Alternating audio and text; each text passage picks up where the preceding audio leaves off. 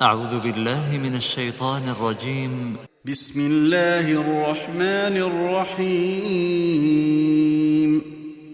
إنا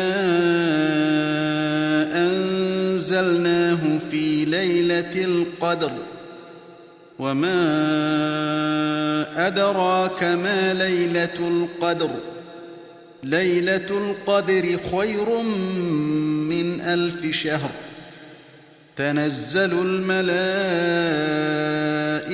والروح فيها بإذن ربهم من كل أمر سلام هي حتى مطلع الفجر.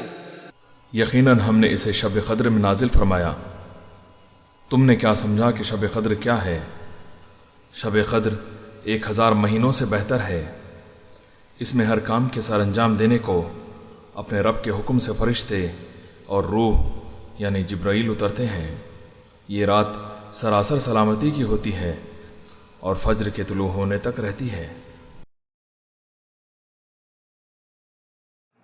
ان الحمد لله نحمده ونستعينه ونستغفره ونعوذ بالله من شرور انفسنا ومن سيئات اعمالنا. من يهده الله فلا مضل له ومن يضلل فلا هادي له. وأشهد أن لا إله إلا الله وحده لا شريك له وأشهد أن محمدًا عبده ورسوله. يا أيها الذين آمنوا اتقوا الله حق تقاته ولا تموتن إلا وأنتم مسلمون.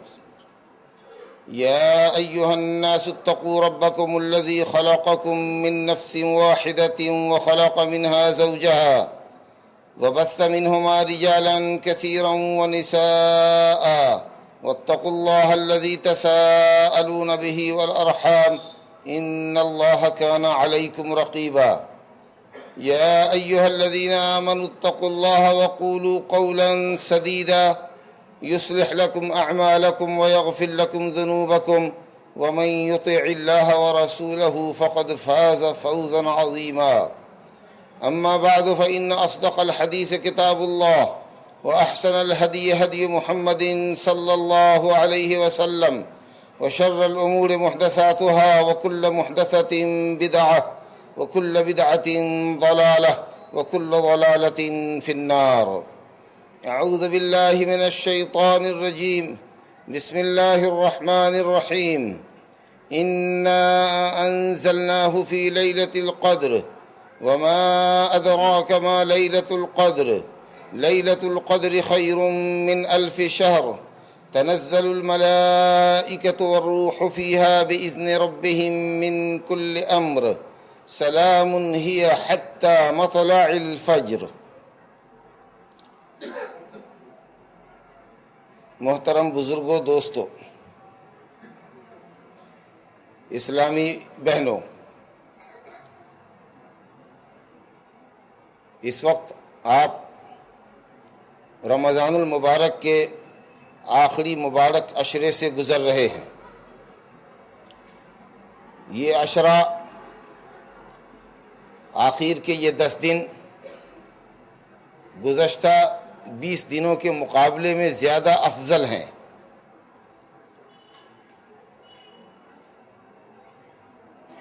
اور افضلیت ہی کی وجہ ہے کہ نبی کریم صلی اللہ علیہ وسلم اس اخیر عشرے میں عبادت کا زیادہ اہتمام فرماتے تھے.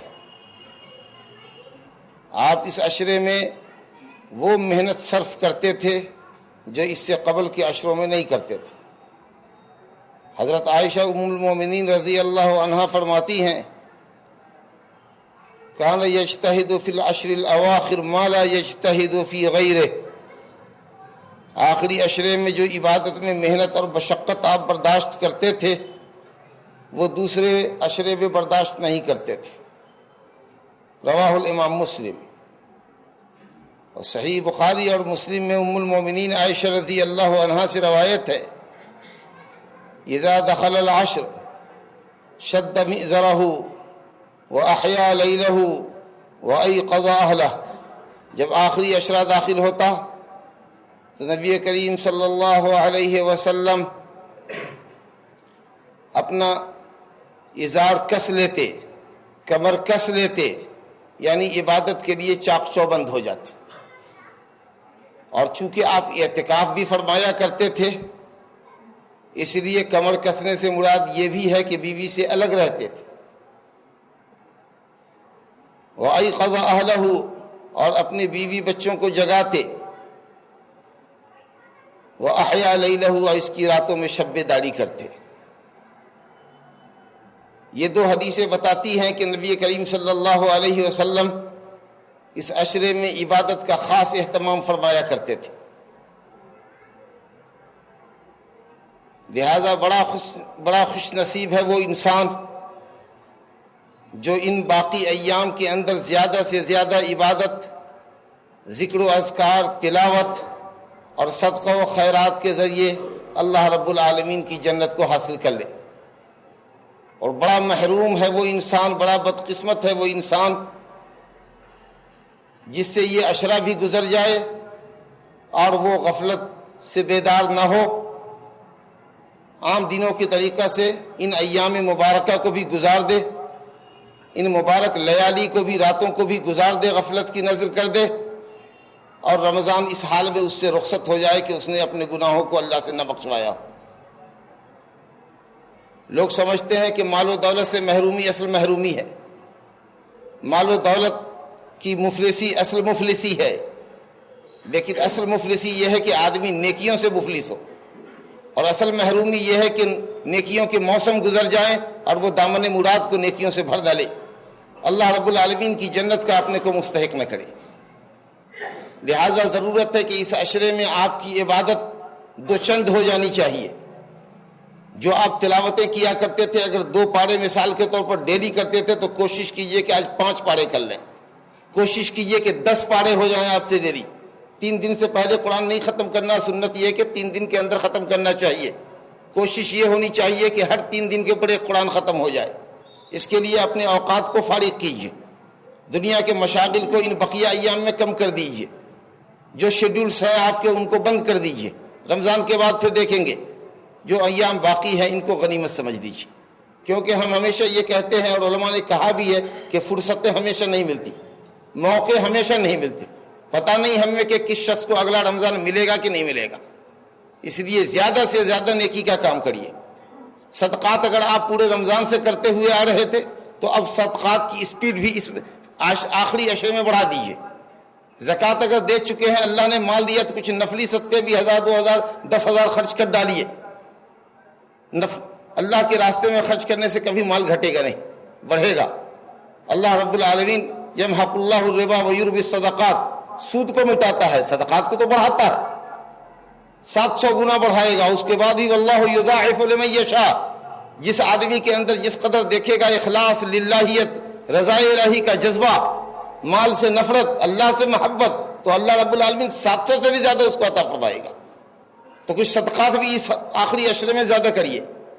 اسی طریقہ سے نماز زیادہ پڑھیے، سنن و نوافل کا اہتمام کیجیے.